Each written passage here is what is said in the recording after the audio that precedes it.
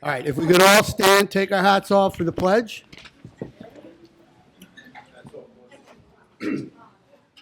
I pledge allegiance to the flag of the United States of America and to the republic for which it stands, one nation, under God, indivisible, with liberty and justice for all. Thank you. Good job. That was nice. Welcome to the Thursday night Town of Southeast Town Hall meeting.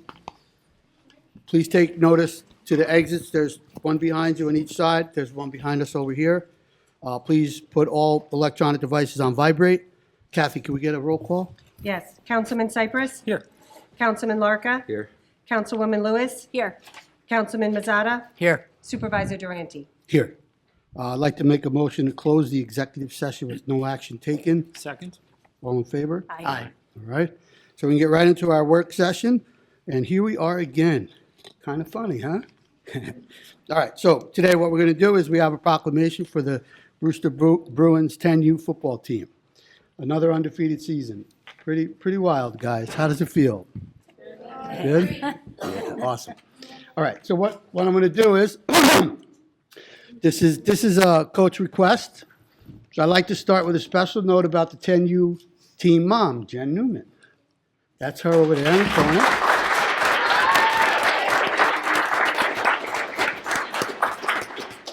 So this year, I myself stopped coaching hockey and I came to football, and our team mom was excellent also, and I know that it's a lot of work. So the amount of time and effort she put into helping not only John and the other coaches, kept this team as a whole. It goes without saying she is amazing, a big part of the success that this team has had and hopefully continues to have. Just another great mom. What I've been told about this team, now I'm going to talk about the team, thank you, Jen. What I've been told about this team from more than one person is that they play together as a team. It doesn't matter if they were a starter or a backup. Everyone cheers for everyone. There were a handful of first-year players who exceeded all the expectations of the coach. Who were the first-year guys? Oh, that is a good number. Excellent.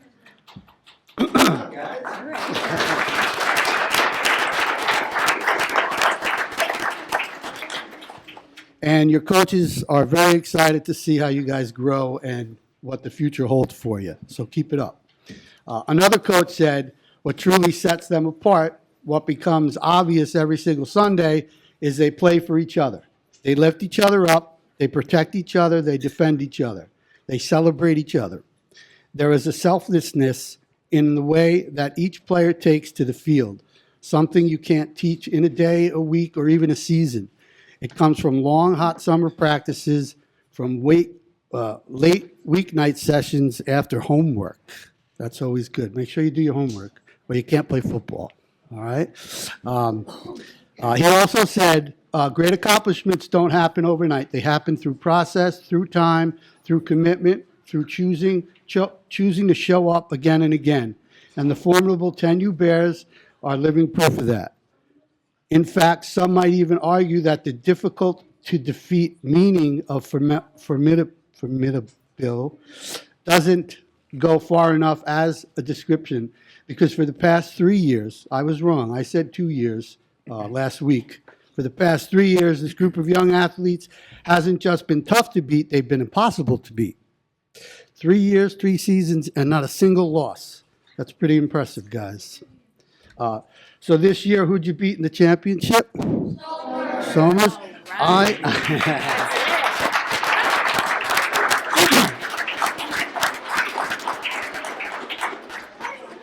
Now you can be sure I will be calling the Somer supervisor and tell him what we did tonight. All right.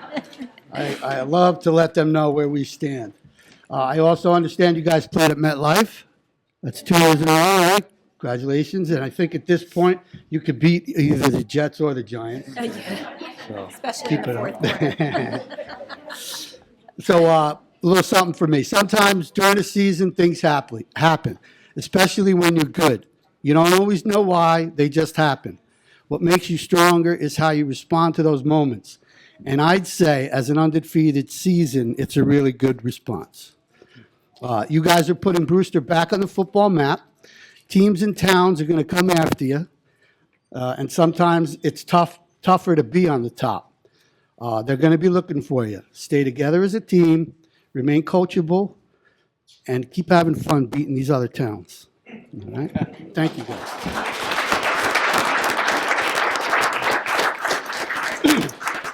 Okay, so I'm going to call your name. Please come on up and get your certificate from us. And if I mess up your name, just come back next year. I'll probably get it right. All right? So our first guy is Blake Snyder. All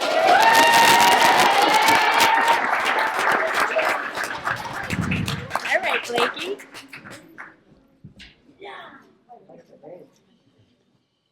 Frank Galopani.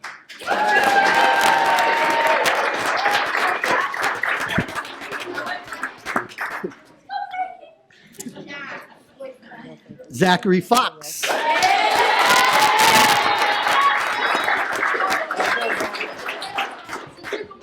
Sebastian Leo.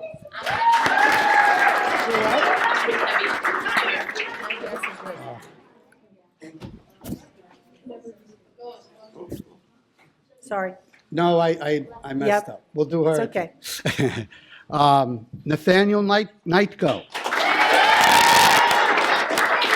Can I get it? Colton Christman.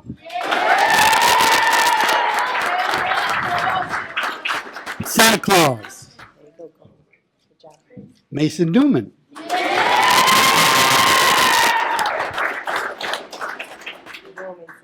Dylan DeMayo.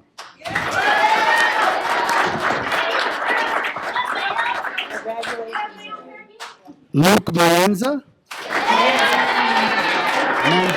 Menza. We'll get it right.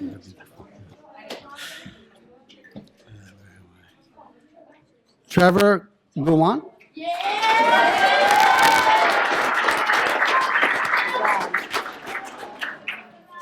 Christopher Holtman.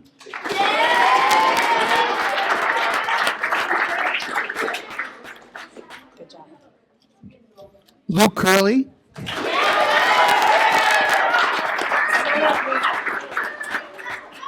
Like that ring. Ronald Schmidt.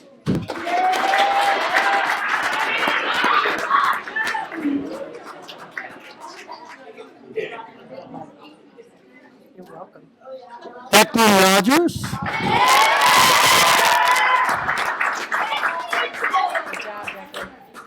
I don't know, Declan, you're awful big for a 10-year-old. Roy Armstrong.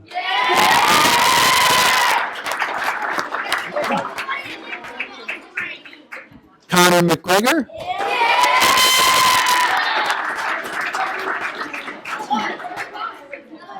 Good job. All right. Zachary Petrie.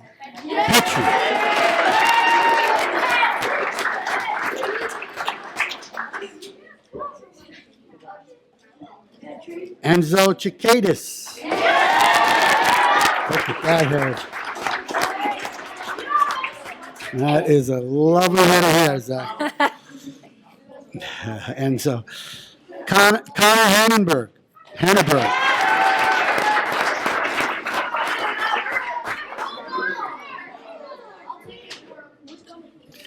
Santo Castelli. Santino.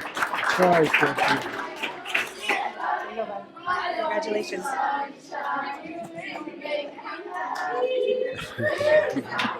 I was lucky enough to have his brother Luca on the team that I coached this year.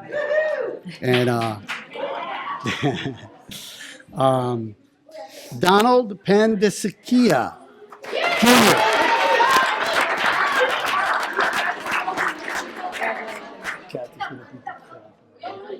Killing these names. Canal Rivera. I said it right. Canal. No?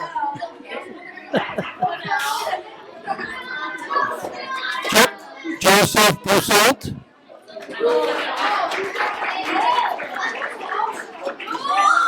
I was lucky enough to have his brother John on my team also. Aiden Blackwell?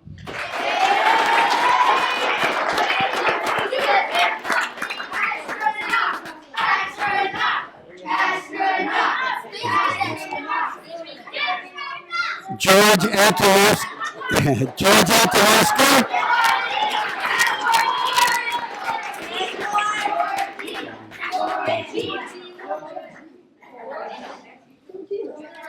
Oh, last guy. Brady Bam Bam Goatee.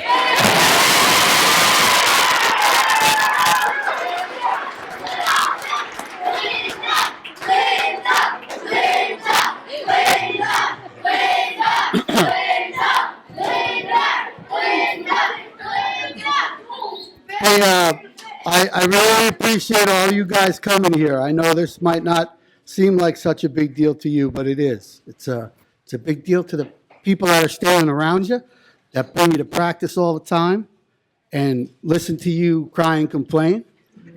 Those are called your parents. You give them a big hug tonight and tell them thank you. All right? So I'd like, I'm sorry, Jen, we had a proclamation for Jen. She was supposed to be first, so You can do it. Jen Newman.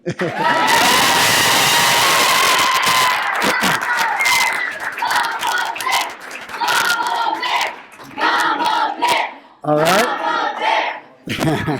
So the head coach was, hey guys, head coach was John Christum.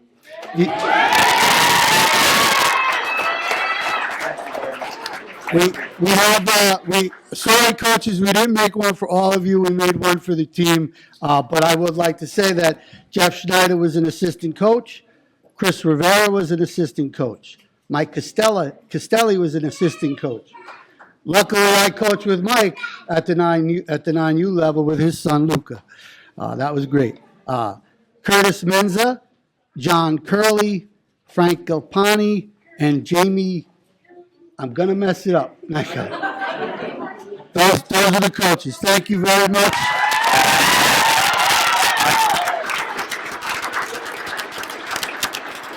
All right, so we're gonna take a little break here, but when I break you guys, I would love for all of you to come up to the counter, turn around. We're gonna get pictures with your coaches and us and yourselves, okay?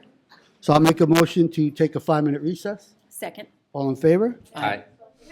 All right, I'll make a motion to reopen the meeting.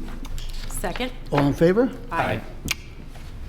All right, so we can get into our second discussion. It's the Assessors Radius List Label Fees proposal for the 2026 full schedule fee review. So Lori Bell in our assessor's office is looking to update her list a little bit, and her radius list is now $44 and would like to make it $100. She'd also like to charge a same-day service of $25 because I guess lately a few people have been coming in and requesting the service the day of, which is new. And then there's an unclaimed list label 30-day fee she'd like to charge for $25. So those were the only three from her. While we were looking at this, Kathy came to me. She has a few she would like to change. The top one on the clerk office list is the public hearing fee is $200. She'd like to make it $225. The other two are solid waste application fee is $150. She'd like to make it $200. The solid waste permit fee is $150 and would like to make it $200. What is a solid waste fee? That's in order to haul garbage, you have to pick up garbage, whether it's residential or commercial. They need to have a permit with us. So that's like Suburban pays that? Suburban, yep. We should make it $300,000. So when you suggested to review this all, we sent it to everyone, and no one, the department heads, and no one re-responded with any more updates. So I'm not sure if you guys had any other thoughts on any of them, or? I have a few. Do you Okay. guys mind if I go Go. first? So I didn't have much time to review this, and hopefully someone could capture some of this, because some of this is just brainstorming for us. But I pulled Carmel's fees and did a comparison on certain things. So starting on the first page, there's certificate of occupancy and compliance. We charge $55. Carmel charges $80 for residential and $150 for commercial. So I was thinking that we should, Same price, or? I don't know what you guys think, and it'd be interesting, I think whatever we propose here, we should discuss with Mike, or if you guys have separate opinions, but I was gonna do 100, 150. And again, we should review this with Mike. Next one was changes to approved plans. Carmel has that at 150, we have it at 100. A lot of the ones I'm gonna talk about tonight too haven't been changed in years. Yeah, I know we made some updates last year, but, so I would increase that. one. I'll bring this to Mike tomorrow and just tell him this is what we're thinking. Are you okay with it? Yeah. I don't want to kill anybody with Yeah, these, yeah. but existing buildings and work requiring permit in addition to registration fees, I have that one increasing to 100. So the next one, reinspection fees, no-show fees, we had discussed Yeah. this one. I know Peter had some input on it. Last year, we added the no-show for 50. Carmel's charging 250 for that. For a I'm no-show. recommending 100, that we increase it to 100. The And then- no-show or both, Derek? What's that? The no-show only or both? Both. But I printed this differently, but on the second page, under gas and LP permits, there's a reinspection fee that's $75. So, didn't make sense. There's reinspection fee for building was 50, no-shows 50, this was 75, so I would make them all 100. I'm actually kind of curious what the reinspection fee for gas is, if it wasn't done correctly the first time? Yeah, I guess so. Okay, And for some of these, it'd be interesting to get Mike's feedback. How much work is it when you have to go back, and if you have to go back multiple times, Yeah. is that per time? Next one, stop work order. That actually isn't in Carmel's, but it's $100, but I think we should raise that one to $250. And the stop work orders that I've seen, they're pretty egregious at times. Maybe I'm being a little aggressive there, but if you want to go like 125, but I would go big on that one unless Mike has a Can I different. ask a question? Is that a fee to lift the stop work order, or is that if they issue a stop work order? Wouldn't that be one and the same? Because if you issue it, you have to remove it. Well, the issuing a stop work order is a penal device to stop a violator Right. from doing what they do. And if they then violate the stop work order, they are drawn into court one more time. I just don't, I don't know what would be the process by which you would collect a fee when you're coming out of nowhere and saying, stop work because you're violating the code. Well, it's- Getting out of it might be the. It's in here for $100 now. I know, but I've got, we have a charge. Oh, I'll ask Michael that question, I guess. okay, And you yeah. said Carmel doesn't have one. They don't have it listed in their fee schedule, no. So maybe that should fall under something else, but I would think that going out, issuing a stop work order, all the work that's involved with that would be laborious, but I don't know. That one was fine. Municipal searches was fine. Okay, so I'm not recommending a change here, but on the bottom of the page, there's accessory apartment renewal. That's $450 for 3 years. I know we changed that to 2 years. I didn't have a chance to look up the fees that we changed it to. And then on the next page, that continues, say, rental occupancy and the next line. So I think we have those fees established in our new rental registration code, they just weren't updated here, so Yeah. we just need to get that updated. On the second page, the dog seizures, I'm still unclear on that from kind of the last meeting, but I just think we should take a look at that. Yeah. I did raise it Oh. last year. Okay, And actually, I spoke with the Putnam Humane Society, and they thought those were pretty good fines okay, all in right, comparison. perfect. And I did speak to Carmel, and they don't charge that. But Okay, so, Fees, not fines. it's a fine, well, it's a fine for having your dog seized. Oh, yeah, you gotta pay to get them out of So there. the Putnam Humane issues them a fine. Fines are issued. by the courts. Okay, so it's a fee, would be considered a fee? Okay. that's why I'm confused on this one. I think it just needs to be written differently, because it says dog seizures, first seizures, impoundment, $35 plus And then- $25 a day thereafter. So what that means is if they don't pick them up, you get charged additional fee for each day that they're there. And is that paid to us or paid to the? It's paid to us.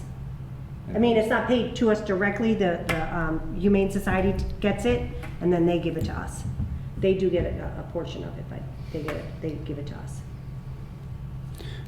And it increases for the second, Correct. you know, I would Second raise this. offense. Yeah, I would raise the second. Okay, it just isn't clear to me, so I don't know if we maybe need to reword it a little bit different. I don't know. Yep. But, and then well, I'm not gonna say it's the last one, who knows? The return check fee is $40. I just had a return check at work. It's and like crazy. It cost me like it cost the company $39, so, return check fee? I don't know off the top of my head if there's any limitation. I mean, if we get charged an amount for a return check, it shouldn't be on us. Whatever that amount is, should be passed along to the. Yeah, and I would think the work that, you know, a bounce check requires work, so I would, if we can, I would raise it to 50. I have to or- check, I could have sworn that there was a limit on what we could charge, Okay. but I can check on that.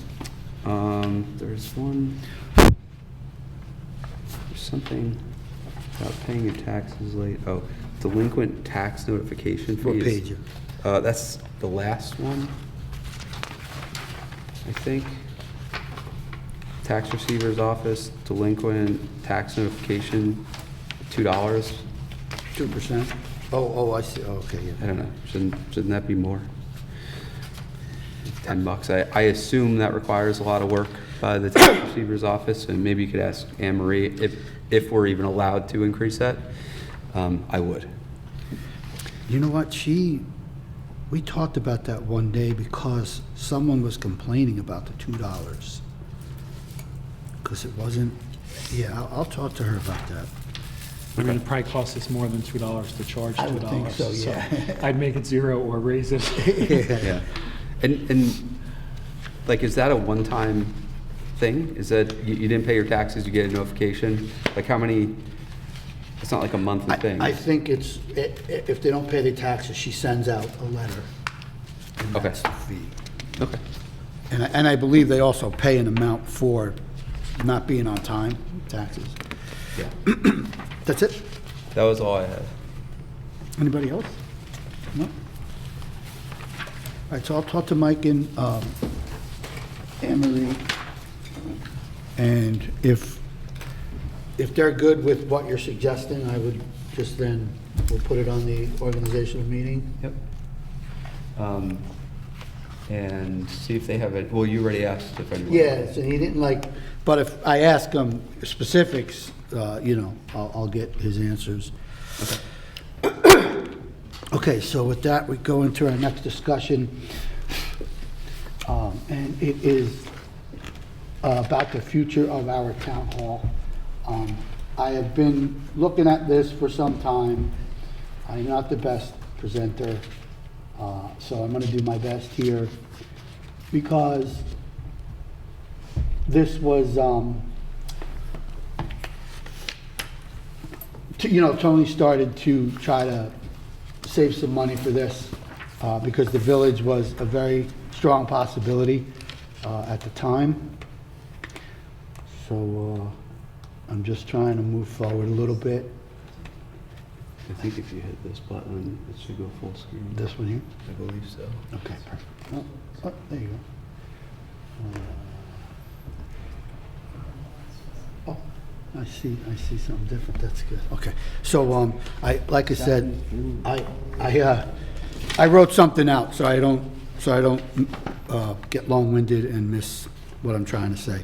So, we currently have an opportunity with a local developer who has offered the town the possibility of constructing a new town hall building at what we will hope will become the gateway of the town of Southeast and the village of Brewster.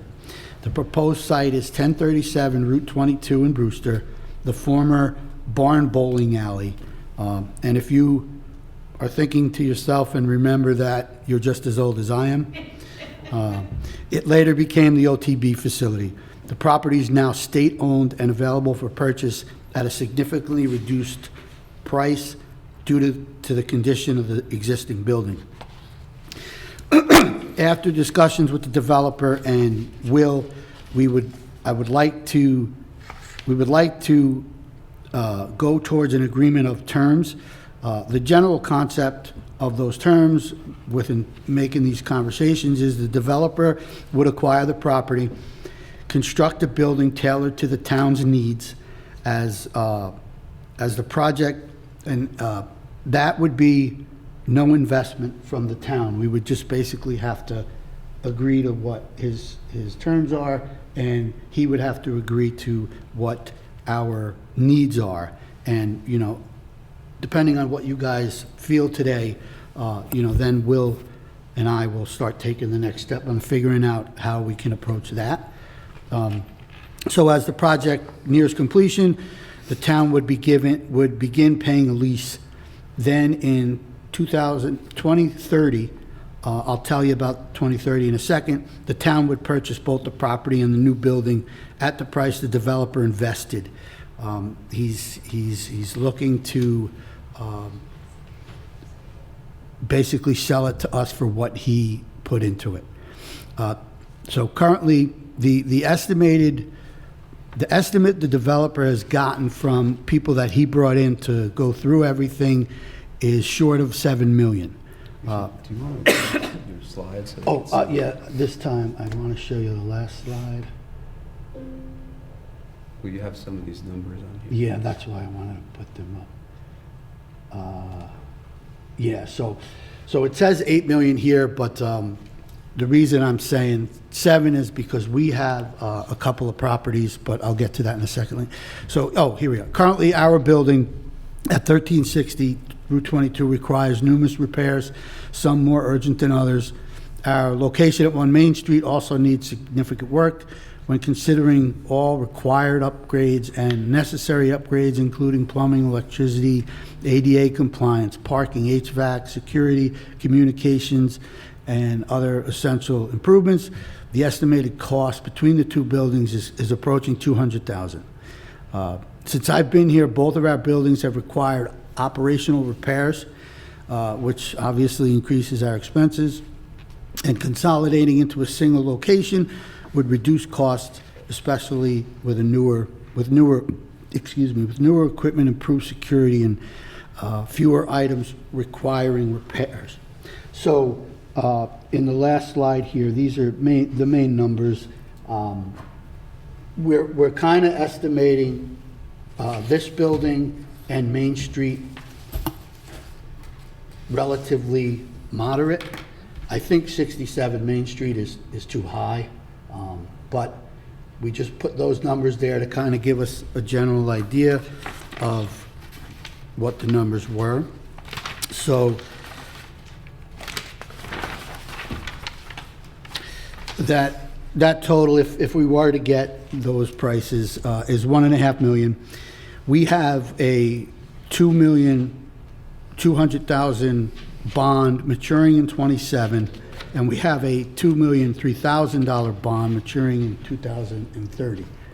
I was going to talk with Ron this week, but he had a family emergency, so he hasn't been here all week. So I'm hoping I could talk to him on Friday about this, because I'm not 100% sure of what the option is, but I would assume once it matures at the end of the year, we can, we can basically rebond. So I was hoping that when the 2027 bond is clear, and if we have to start paying the lease towards the purchase price, we could use that money. And then in 2030, when the other one matures, we can then try to make the purchase. And in total, you know, we're at 7 million, and I don't think that we would need to raise any taxes. We have some in our fund that Tony kind of, you know, tried to use, save for the Main Street building. So I'm hoping we can do it without having to raise any taxes or use any other monies from the residents. I don't want to jump ahead, No, but, go ahead. I mean, even if your math works out and we have the money, you're still losing a few $100,000 in interest, which is a 5% tax increase right there. So even if you spend the money, as you say, it's a tax increase. Because of the interest on the back end of The money. our Yep. funds. I would hope, because the developer is very, he's looking to kind of agree to the deal that we can come up with. So, would if we were to start paying a lease off, or a lease to buy in '27 with that first matured, For the bonds they're not like a home equity loan. It kind of sounded like that's what you were saying. Like the first bond is open space, I think, and second bond is related to the cap on the, what's it called? Landfill. And so those were projects that were reviewed, put together, estimated, then we went out to bond them. So when these expire, what you do get the benefit of is debt replacement. So I think the payment for each of these is about $150 each. So Yeah, they were you have like around $300,000, but you don't necessarily have a bond. Is it? you'd have to You can't bond unless you have something to bond for.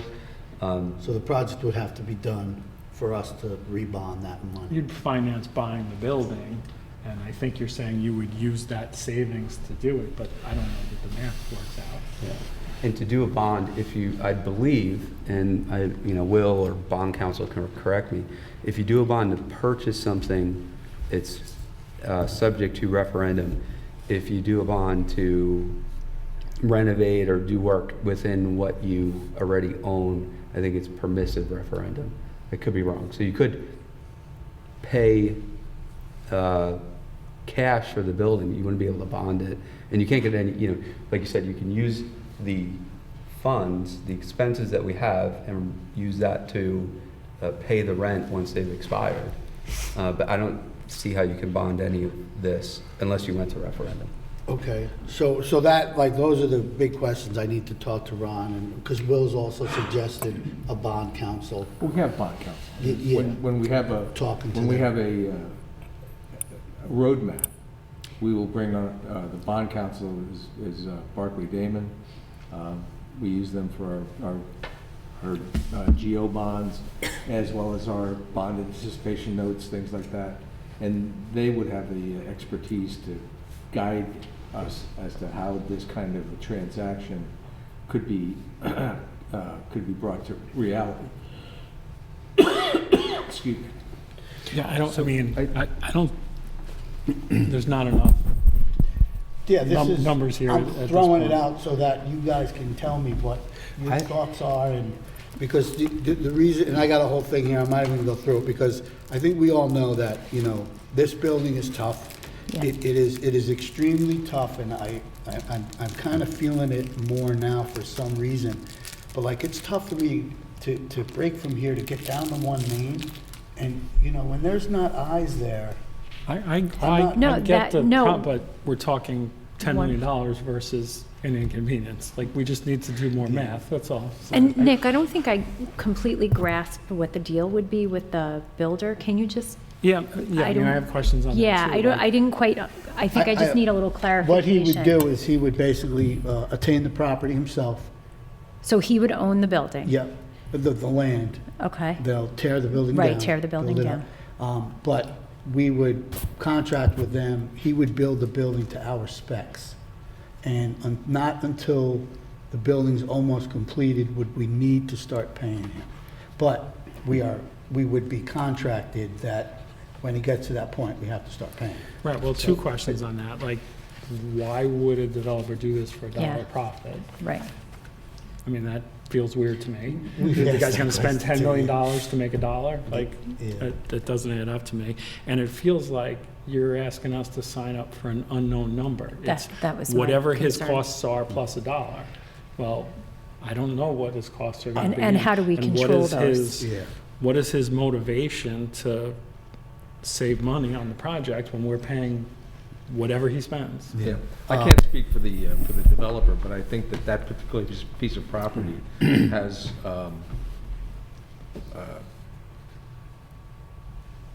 opportunities that he would take advantage of, subdivide the property. The town would ultimately be, end up with the footprint plus all the parking that, and the balance of the property that backs up to the highway, I think would be his to develop, as he could develop legally. Okay. And So that's. there is you know, Nobody does anything for nothing. correct. Yeah, I've Right. heard that a lot. he was getting part of the Right. property, I guess. Yes. So- I've got a whole bunch of questions. already, so- Well, those questions, that's why I said Will and I would have to figure out how to go about all that, because we can't just agree to a phantom number. There has to be a very concrete number. I mean, So, And I'm sure Eric's going to touch on this in my last comment, well, maybe. If we're leasing, we're paying taxes, so, that's right, this is not ours. right. so if you go, Talk to the assessor. could you go to the next page? Oh, yeah. So the property cost is 1.5 million, so we would bear the full burden of that cost even if the developer gets some of the land, is that correct? Well, that's part of what we would have to talk to him about. I Okay. asked him I asked him that question, and he had talked about trying to hook the sewer up to the village, and I says, we can't So- pay for that, because That- so. Yeah, that's one of the questions I had on here was sewer. So and I'm just asking questions about this right now, I'm not giving my opinion, but does this building require sewer to be built? First off, yeah, does this require sewer? For our purposes, what's there would work. Okay. We know that, I And- investigated that. Will, does a property have to be annexed into the village to be part of it? Isn't that what happened to Allview Avenue? Oh, to use their service. I believe they can, because there are users of the village sewer, they're outside. My I believe- parents, yeah. What's that? My Your parents are, They use yeah. the village sewer? They use village water. Yeah, I thought sewer was different than water for some reason. I think they can still, and I have to check this, but I believe they can still run pipes through streets and service people outside of the village district, if you will. Okay. But And- with the village of Brewster, it's difficult because they're under the regulation of the DEP. Right. And how much capacity they can sell, if you will, would be probably under the scrutiny of the DEP. So I think the question is, does that property have to be annexed into the village to be serviced by the sewer? How does that impact every property along Route 6? Up to that point. Right, are they Because, yeah, gonna? don't they have to be contiguous? You can't just randomly Yeah. put a property in the village. Yeah. The cost to develop is 8 million here, so is it 8 plus 1.5? 8-ish, I know you said 8 maybe on the high end, but, No, I believe it's all in there. The estimate from the construction company was 6.2 maybe. Okay, so the 17,000 square feet at 470 is 8 million, so that includes the purchase price. That's what I believe. It doesn't read that way. Yeah, no, it doesn't, you're right. But that's what I was led to believe. I'll have to clarify that for sure. Okay, and then, I think you said this, but the building there is 21,000 square feet, so this is 17,000, so we're talking about knocking the entire building down, including the new section? Yeah. Okay. That, or the three contractors that he inquired with all said that. Said if you're gonna tear down that part, just do it all so that it's all one thing, kinda. This is 3 to 5 years, or is the town, like, what is my question? Are carrying costs incurred as part of that future purchase price? So in other words, if the tax is there 100 grand a year, year one, year two, is that being Oh, charged to us? accrued to what we'd end up paying. Yep. Then rental rate, it says 20 to 50 triple net, and then it says 30 per month. So I assume it's $20 to $50 per square foot triple net, but what's $30 per per, month, yeah. what's 30 per month? I'll have to find that out. Jackie helped me, actually Jackie really put a lot of this together. Unless that's the base rent is the 20 to 25, and then the It could triple go up net to 30. will get you to the 30, possibly. I was wondering if you did 25, well, I'm not gonna, I think 25 times 17,000 divided by 12, maybe 30-ish thousand, but that needs to be clear. Yeah, Eric hit on this, so buyer amount, developer cost plus $1, but you know, who has oversight of that? And I assume the benefit of not doing it ourselves is not having to pay prevailing wage, but this could get out of control quickly. When we toured the building and when we had done some research that the county gave us, there was a possibility of a buried oil tank, and there was that water storage tank that was there. Is that contemplated in Yeah, I this? believe so, in the demolition of the building, because I made it clear that there was something back there that they needed to address. So they made a plug for environmental or Yeah, something? I will make sure, though, Do you have some detail on this? on the estimates, Yeah. I do have that paperwork. I could forward that to all of you. Yeah, I think it'd be good to see Okay, that. yeah. Now, and the reason I'm presenting it this way is because, like you said, if we do it, the price tag's bigger. Just, Yeah, if we do prevailing wage, yeah.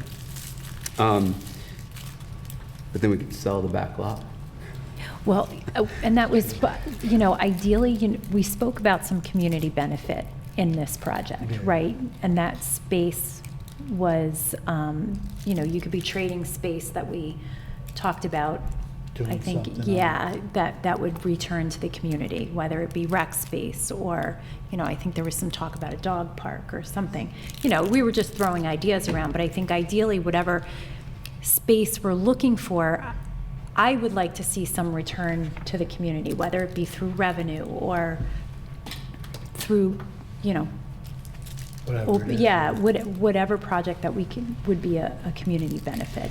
This class space, you know, for the rec or something like that. So for me, that trade-off with the builder just Yeah, doesn't do we sit want- right with me. do we want to Yeah. give it away? And part of the other reason I am bringing it all up is because we are basically running out of space. No, yeah, no, we understand the No, benefits. I don't of it. mean in this building, I mean in Southeast. Oh, yeah, Southeast. You know, it's not like, you know, and I looked at other buildings that are available, and, you know, some of them are just incredibly expensive, and there's no way. Right.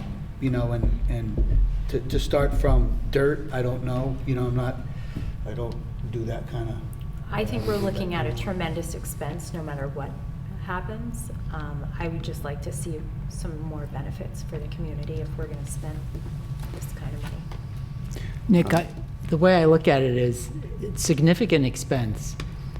And I would want to know the enhanced value that we would deliver to our taxpayers by moving to such a location versus what we deliver from our locations now.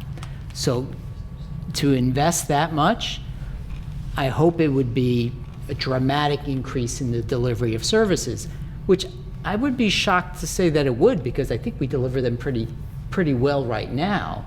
So that would be my question. And as a taxpayer as well, I would ask that too. Like, Yeah. how much more? Yeah, I don't know if we could actually offer them more services. I just know that there are times where people need to go to both places. I know that that becomes an issue sometimes, but But is that it- alone isn't. Is that going to isn't- equate to this Yeah. significant investment to manage that And I can speak to the fact inconvenience? that our courts are heavily utilized. And even though this is a beautiful courthouse and nicer than anyone in the area that I can think of, we have no capacity for parking. Yeah. And when we have a court night twice a week, every other week, they have sometimes 110 to 120 defendants coming in on traffic nights. And they're parked on Route 22, almost up to where Dill's Best used to be. That's a extraordinarily dangerous condition, especially at this time of year where it gets dark early. I think the need is there. And I don't want to flush this idea. I want to keep an open mind for what we can deliver. Yeah, I mean, this is In like- addition to the courts. I mean, the parking is, I agree. Something has to be done. I would just like to explore Yeah, this- every option. This is like, because I can tell when I talk to you guys, when I get the look that stop talking or try to figure it out. And Yeah. that's what I wanted to do, and I think you're all looking at me like, let's try to figure it out kind of thing. And Well, I think that this, this gets shown to the public and stuff, and it's just not, it's not clear, Yeah. right? And there's people in the back of the room that probably have interest in the next slide, at the bottom there, the valuation on 67 Main Street being 550. I know you said you think it's high. Yeah. I think it appraised, and I think we were in contract for 100,000, and that was before the subdivision. My unprofessional opinion, the building's worth less without the land. I think the land was the value there. I know Will 100% disagrees with me on that, but I, like everyone else, I don't see Which is the. point, like, how did we put five? It's Yeah. like we're trying to justify this expense with numbers Making the that. numbers up. Yeah. And I don't know what the ask is, like, what's your ask to the board right now? do I keep going? Do I try to work the numbers better with Ron and talk to a bond counsel and figure it out? Like, would you guys be willing to consider it more to relocate? Were you gonna say something? Yeah, but you made grunts first. grunted. The way I see this, I haven't seen a floor plan or anything, and if you have that, Chair, but I don't see how anybody in the town benefits unless they're coming here to do business with the town. And I don't know that justifies the cost. Yeah, I mean, I didn't really say it, but they know how I feel. I mean, the four of us have all said we would only spend this kind of money if there was significant community benefit. And the one possible benefit we saw when we went on the site visit, it looks like we're losing. So I think I'd be a hard sell, but we're all trying to keep an open mind. Yeah, yeah. And you need to give us a lot more numbers. Like, we got to know year by year what you're thinking this is going to cost, and we're not even close to that. And two, if this is something that we can't get, then we have the option of fixing the building. We just might lose one main at some point. Totally And understand. that could be, Well, it would be our decision to lose it. right? that's Yeah, true. we're not in We could contract, rent so, it, yeah. yeah. Okay. All right, so I'll start digging a little deeper. I won't you know, I'm a believer of if things were meant to happen, they'll happen, so I won't, you know. I think the other thing too is when we last discussed this, we weren't knocking the whole building down. Yes, I know that. Yeah. I know that. But, you know, the guys were very convincing, like, you know, if you try to keep half of it and you don't realize there's something in that wall kind of thing, you know. Oh, I get it. I mean, the building was very concerning. Yeah. Just when we were there, you were throwing out numbers like $1 million, $2 million, and now we're up to 8. So, you know, I'm scared. I will keep my leash on, I promise. Okay. Good? All right, so I will make a motion to open the regular meeting. Second. All in favor? Aye. We have a couple of resolutions tonight. I know I have them, here they are. The first one's a bond recommendation. Now therefore be it resolved that the bond amount shall be established for the project set forth 20 Brush Hollow, site improvements, $329,000, erosion and sediment, $13,000, and be it further resolved that a certified copy of this resolution shall be transmitted by the town clerk to the planning board secretary and building inspector forthwith. So moved. Second. All in favor? Aye. Our second resolution is a bond release.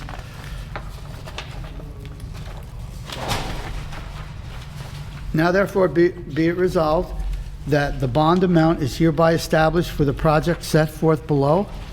State Line Restaurant Depot, $35,000, reduce it to 0. And be it further resolved, the town clerk be and hereby is duly authorized to cancel and return the bond or other security instruments heretofore established in connection with this project, and be it further resolved that a certified copy of this resolution shall be transmitted by the town clerk to the applicant, planning board secretary, and building inspector forthwith. So moved. Second. All in favor? Aye.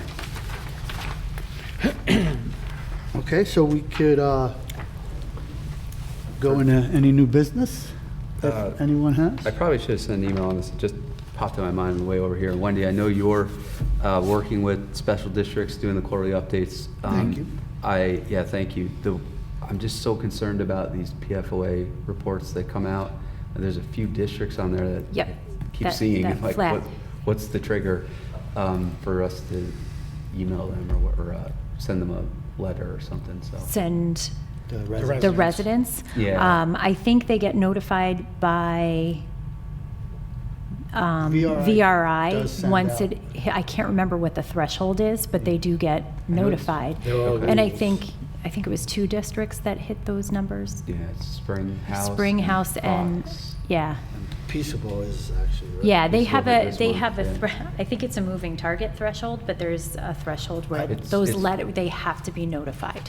Yeah, it's 4 parts per trillion. I think it's repeated, but I remember when we sent them out to Birch and Star Ridge, and it was, you know, they weren't well written, I'll say, and we sent them out. So they Has could- VRI No. has sent It them, was not us. yet? Oh, no, I'm sorry. When those were sent, VRI wasn't here. Okay, These- that's These my were question. like years ago. I don't know if you were on the board. So Eric, but- I can connect with Joe tomorrow and see if anything is gonna go out, like I can Yeah. connect with him. The Okay. concerning part is we send the letter out. And then what's our And then we don't solution? have a plan. Right. We didn't So- even know that it went out, and Yeah. then, and it said, you know, carcinogens and, lots of stuff in there. So I have a question because, you have a lot more history with this. I know we have 2 districts with a project currently in I did ask Bruce about that. today. play, right? That there's a good plan for. Now, these 2 that came in were 2 additional districts? So here's how I And they were, right? That's what I understood. Here's how I understand it, that there's a threshold. It used to be like 12 parts per trillion, now Yeah, it's but 4 that's parts per lower, trillion. right. If you exceed that amount, a consecutively a certain number of quarters, whatever it is, there's a flag. Let's say it's like 4 quarters. Okay, they've exceeded it. Now you're in a district that's considered infected High by risk, this or right. whatever. And they need a solution. And then we communicated to them, and there was this whole thing. My question is like, I'm pretty sure I've seen these on there 3 or 4 times. Maybe there was a gap, but what's the trigger for us to officially say that it's, you know, effective? You're a problem, right? You're a problem, and Joe now will we know have to that, come up with a right? solution. Yeah. So let me contact VRI tomorrow and, you know, ask what next steps are Yeah. for them. And, you know, would 'Cause it'd be- similar projects that are being planned for and engineered right now, would they translate to those? And It'd be good to, I don't know, maybe I get myself in trouble with this, but I think we all agree, you know, the more we can communicate, the better, but like say, hey, this isn't official yet, but you guys have tested beyond this, and Right. I think this we may owe that. become, you know, if it continues, this is what's gonna happen. Right, we We don't need to want see, people well, that's the kind of thing too that would be communicated in these quarterly meetings. Look, we're gonna start, you're on the radar now. Yeah, You know, that'll be we need great. to start, you know, planning for this and whatever, budgeting for this. So we're, It's gonna be tough on, especially those are They're- the 3 this- worst, I mean, I know. every district's bad, but those are, Yeah. it's tough. So- Yep. All right, thank you. but yeah, That'll I be can reach out tomorrow and see what next steps are. Because I did remember that those were 2 new ones, it seemed. Yeah, when I see those, I really don't want to open them. Yeah, but yeah. it's Such a. I think eventually it'll be just, you know, everybody's gonna get flagged, but, Any other new business? no.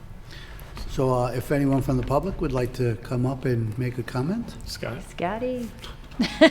Are your ears still ringing from all those young little men sucking down lollipops at 7 o'clock at night? Got my kids at home. All those kids load up on sugar and you sent them home. That was a good move. Yeah. Yeah. Very good. Scott Seaman, Town of Southeast, here from the Brewster Board of Education. Holiday season's in full swing. I believe tonight there's a concert going on over at the high school. There's another one next week.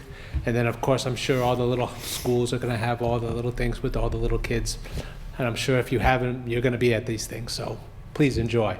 The big thing that we're working on now, actually been working on since I want to say 2018, is there's going to be a change to the scheduling at the high school. Oh, I heard about it from Yeah. Wyatt last night. There was a presentation, I want to say either yesterday or the day before, on the parent portal, and we had a presentation at a meeting last month. The big thing is it's going, I think, from 8 classes a day to 6, so it's extended time with the students and the teachers. So there's more interaction and there's more one-on-one learning, for bluntly. And a big core to that is there's now going to be one lunch period. And if anybody who's had a kid in school or been to the school, lunch was anywhere from 10 in the morning to 1 in the afternoon, depending upon you're lucky. And my son always got the 1 o'clock lunch. That is a big core to the change. And to be honest, that is the most complicated piece, is feeding 1,000 people, 1,000 children at one time. And do you have the space to house them all? Supposedly. Okay. That is really, I think, the longest part of it. They've talked about the scheduling. A couple of years we had to rework the contracts with the teachers to allow these changes to the teaching schedules. The real thing is going to be it's going to be a lot of grab-to-go options, other things. But putting it in the middle of the day also it gives a standardized time for, let's say, the teachers to have office hours, for clubs to meet. A lot of the students can't participate because after school they have sports, they have other items. So this can bring things into the middle of the day, hopefully open up more options to the students. Also study periods, other special needs, or if there's a kid that needs additional reading or some other pipes, these are options that would be available in the middle of the day. It's coming next year, and I'm sure they're breaking it to the students. And a good way to sell it to the students is, well, if you have less classes every day, technically you have less homework. So that's the one way, we They have to look strive. at Good it. sale. So, Scott, are they losing anything, like study halls, or is there anything being lost in their day that, They looked at the schedules of like the seniors, and I think they said 80% of the seniors have at least 2, if not 3 study halls. yeah. You Yeah, know, he's by gonna- you get to senior, you've done all your stuff. and Yeah, you're, like they've you done- know, they've it's taken most- everything. So, I mean, there will still be the option for study halls, Okay, but we're hoping it also brings in more options for other classes, other types of learning available to the students. Does it take any senior benefits away? Like, you know, they were talking about. What kind of senior benefits do we really have? I know, I know. You know, that's the thing, like things like the student senior lounge and other items, which will tie to the construction project. So once we finish, then the STEAM Lodge will be finished in a year or two, and that'll roll into the, you know, expanded residences for the NJROTC. So there will be some benefits to doing this whole concept. And like I said, I believe this started in either 17 or 18, and they were getting ready to roll it out, and then, you know, COVID came, and so now it had to be rethunk, redone over, and then once again, I said you have to meet with all the bargaining groups, because it Right. changes everyone's schedules. And you also have to take into account all the cafeteria workers. Now, their schedules were laid out over the course of a day. Now it's all going to be concentrated. You want to make sure you don't impact anybody financially when you're making these changes, because any changes, you know, they have to agree to. I still think the most complicated part will be the feeding 1,000 people at one time. But other schools have done this, you know, for over a decade. So, and I think, I mean, if I remember down in Rye, we had one period for lunch. So it's really on your setup. There's going to be kids in the hallway. I'm assuming they're going to come up with high tops. It's going to be a whole kind of different motif, but it's coming. Okay. So we're just trying to get out and get the word out, especially to people that have students in the high school or will have next year, so that it's not a surprise. And I haven't heard the numbers yet from the rollout last night, but I'm assuming it was relatively low based upon other items. But we just want to get it out. And as always, you know, we thank the town for all the work you do for the community, hence you're helping our students. And if there's anything we can do, please let us know. We are right now in the process of gathering data on the 121 intersection. We have received your letter. I'll bring it up at our next meeting on what transportation is able to put together. And I've also started to hear from other groups in other areas, such as, you know, on 121, all the Hobbs, all those additional streets have people that are really interested and concerned, because, you know, the traffic flow pattern isn't really going to take into account all the changes that have already happened. So there's got to be some way to include Hobbs, include all these other streets, which are already seeing the changes in volume. You know, that's just a fact of the way it is. I just want to say, for anyone watching, because I did get an email last week why we pulled that discussion off today. We want to make sure we're getting as much info before we get it to the traffic board. We didn't. It was really my fault. Well, he was Well, I figured that. he was sick. I wasn't going to point fingers. But It was, I was sick. Thank you. yeah, but like I said, I think hopefully then, if with this extended period, we can provide more information. And maybe down the road, as you've done on the other side of town, where it was paving of dirt roads, you know, invite the community in. I don't want to put more on your plate, but maybe that is an option to focus the efforts of the people. Instead of them all just getting mad at you or at the state and sending letters all over the place, we can focus better. You know, I've seen some presentations from Assemblyman Slater's. He's been putting together packets of people in certain areas that want paving and such, and sort of putting together things for them. So maybe that's something, you know, that they can offer for us as well. But, you know, we will get whatever we can, and, you know, we appreciate your work, and happy holidays. Yeah, thanks. Hope things go Thanks, well. Scott. All right. Thank you. Thanks, Scott. Thank you. Does anybody from the board have a comment? I do not. I'll make a motion to close the meeting. Second. All in favor? Aye. Thank you.